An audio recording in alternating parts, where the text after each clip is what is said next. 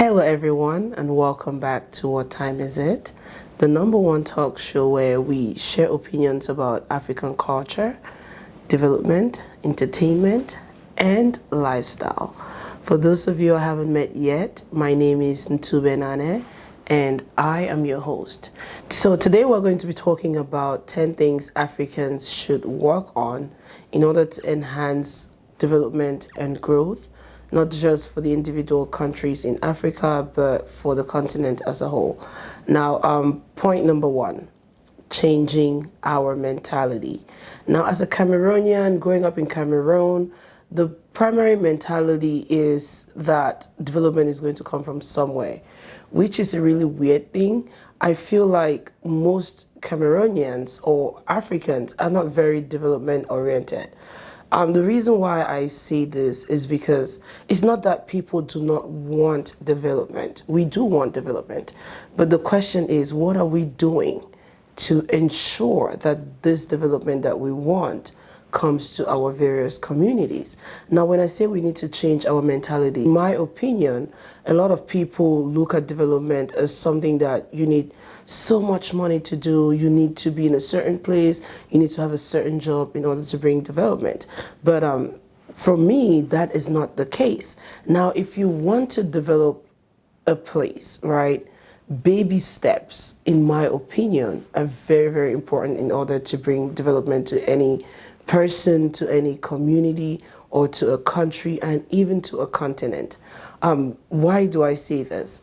Now, if Africans shift their mentality from where we think development has to be, you need to have $1 billion in order to start a development project, and start thinking, okay, now we have natural resources. We want to build a park, for instance. We don't need to try and build a park with metal benches and tables when we cannot afford it. How about we start shifting our mentality to where we say, okay, we have a lot of wood surrounding us. How about the park benches are made out of wood, and even some of the swings or stuff that children normally play on at the park, how about we make the ones that we can make out of wood and then buy the plastic or metal if we need to? If we start thinking in this way, I think development is going to come to our continent faster than anticipated, because if you want, it's like building something and never hoping to renovate it. So development should be something that, yes, it is slow, but we should be able to use the resources that we have, get creative, and then eventually, when we can afford it, we can replace certain things that we built with all the natural things that we found around ourselves, you know? So I just wanted to bring out this point because I think this is the biggest problem. I put this point as number one because I think this is the most important step that if we take, changing our mentalities, the circle of development is going to start full swing, and it's going to go as fast as possible. And before I move on to the second point, I just wanted to mention that mentality goes a long way. It's with a lot of different things. We need to change our mentality about what we need to grow. We need to change our mentality and make it a more our thing, not just I, because if we continue thinking about, okay, what do I gain from this? It becomes a problem. But once you shift your mentality to where you're saying, okay, even if I don't get to benefit anything from this work that I'm doing, my children are going to benefit, my grandkids are going to benefit, my community is going to benefit, I think it's going to bring so much change. Now, let's move on to the next point, which is point number two. We as Africans need to stop hating on each other. In my opinion, I think we really need to stop hating on each other. For instance, we have heard about stories where Nigerians are killed in South Africa, quote unquote, xenophobic attacks and all of that, because South Africans claim they're taking their jobs and all of that stuff. Now, while I understand that different African countries have different problems, one of the things that cuts across almost every nation in Africa is the fact that there are no jobs. There's very little employment. And in my opinion, the reason why we have this problem is because we are not more focused on creating jobs for ourselves. And most people are relying on the government to create these jobs. But then why should you go to the extent of killing someone because you think they're taking your job or because they took your job? I think we should start loving each other more, because with love and unity and peace, growth is inevitable. So that said, let's move on to the next point, which is point number 3. We need to stop complaining. Africans, Cameroonians particularly, we complain a lot. And that is something that needs to change for us to bring growth and development into our community. Now, when I say we complain a lot, what am I saying? Now, we complain about, oh, the white people destroyed our continent, oh, the white people stole or are stealing resources from our continent, oh, we're feeding the entire world and we get nothing from it. If you think that people are ripping you off, no one is showing up with guns in today's continent of Africa and saying, hey, give me this gold, right? No one is pointing weapons at you saying, hey, you have to do this for me to benefit. We are doing these things voluntarily. Now, if we don't like it, we can stop. Africa has a big enough market where we can sell our resources to one another. So instead of complaining and saying, oh, the government is not doing this person is not doing that, I think we all need to put on our suits of work, get our hands dirty, and start bringing the development that we really, really want.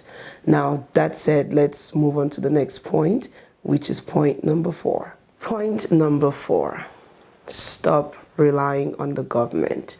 Now, I know that a lot of us think the greatest nations in the world were built by the government. No, the greatest nations in the world, especially America, was built by the people. And America is still even run by the people.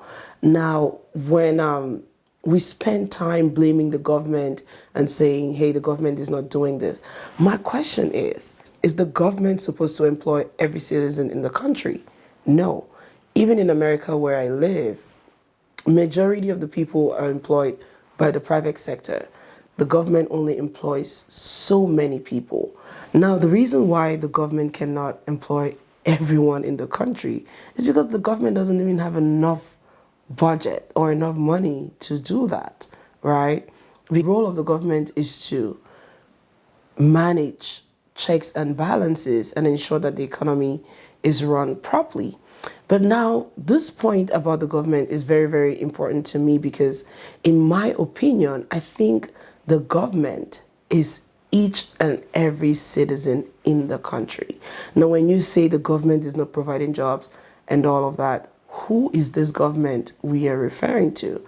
Now, if you go into the details of the government, especially in our African milieu, you realize that those government officials are our uncles, our dads, our friends, our relatives, and what have you. Now, every single person who is in leadership matters at any stage. We cannot blame the problems of an entire nation on one person, for instance, the president, when we as citizens have to hold these government officials accountable. Now, I'll speak for Cameroon, for instance. You can hear people saying, oh, we don't, the government is not doing this. Once their uncle or their father is nominated into a position of power, the noise stops. That should tell us something. This same government that we're blaming, your uncle or your dad is the mayor. He's awarded a contract to, say, rehabilitate water, for instance, and he disappears with the money. No one is saying this person did that. We keep saying, oh, the government doesn't want to give us water. They were suffering. The government. When you know that your father is the one responsible for no electricity. Your father is the one responsible for no water. Your father is the one responsible for no good roads. You know, and it's really sad because we live with these things. We watch them happen, and this is something that we need to start holding our government officials accountable. We need to start voting people into leadership who can bring change, development, and growth to our communities. We cannot keep saying, oh, the government is not doing this, the government is not doing that. Who is that government? We all need to ask ourselves these questions. That said, not to over, because I am planning on making a video about what a government is, the role of the government, what citizens of every community contribute as part of good governance. And that said, let's move on to the next point, which is point number 5. Point number 5, Africans need to stop discriminating, or we need to tone down on tribalism. Now, for a country like Cameroon, which has about 240 different tribes speaking different languages and with similar or a little different cultures, tribalism is a thing. And this is not just an issue for Cameroon, in my opinion. You have that everywhere in the continent of Africa. Now, our differences should only complement us, right? Because as different people, we have different strengths and weaknesses. Take, for instance, Cameroon has very fertile soils. Why does Cameroon not focus on agriculture, while people like Congo, where they have natural resources that are used to make phones or some electronic stuff, they can focus on electronic building. But because we are so tribalistic and everyone wants to be at the top, it makes it really, really difficult. Now, let's come back to Cameroon, for instance. You have, as a matter of law in Cameroon, if the president is from the French part of the country, the prime minister has to be from the English zone. So when we make rules like this, in my opinion, I think it doesn't help with growth and development because, first of all, this is division on its own. Now, for a country that is a bilingual country, people have the right to choose which language they're going to speak. But in my opinion, I think when people are voted into places of power or places of leadership, it has to be based on qualification. It has to be based on competence. It has to be based on your ability to deliver. Now, if you're saying that if the president is from the English-speaking part of Cameroon, the prime minister has to be from the French-speaking side, that already is a problem in itself, because you most likely will pick an incompetent French person to be vice president just because the president and the vice cannot be English speaking. And how did we get ourselves to a position where we're making such decisions like this? It's because we're holding on to values that are not originally ours. Cameroonians should not even say if the president is Bamileke, then the vice president has to be from Boya. It should not be like that. A competent and qualified person should be in leadership. Simple. And we should be able to hold our leaders accountable regardless of where they're from. You just need to be a citizen born of that country to be in certain positions of leadership. We should take the United States as an example. We have people from different walks of life. It doesn't say if the president is black, the vice president has to be white. No. It just says for you to be president or vice president in the United States of America, you have to be an American by birth. Simple. These are some of the things that I think not just Cameroon as an African country, but every other African country, we should start looking at these laws that bring division, because development does not work when people are divided. Development works when people are united. And we really do not have to speak the same language. We really do not even have to believe in the same things. We just need to have a common goal, which is growth, which is development, which is success. And that said, let's move on to the next point.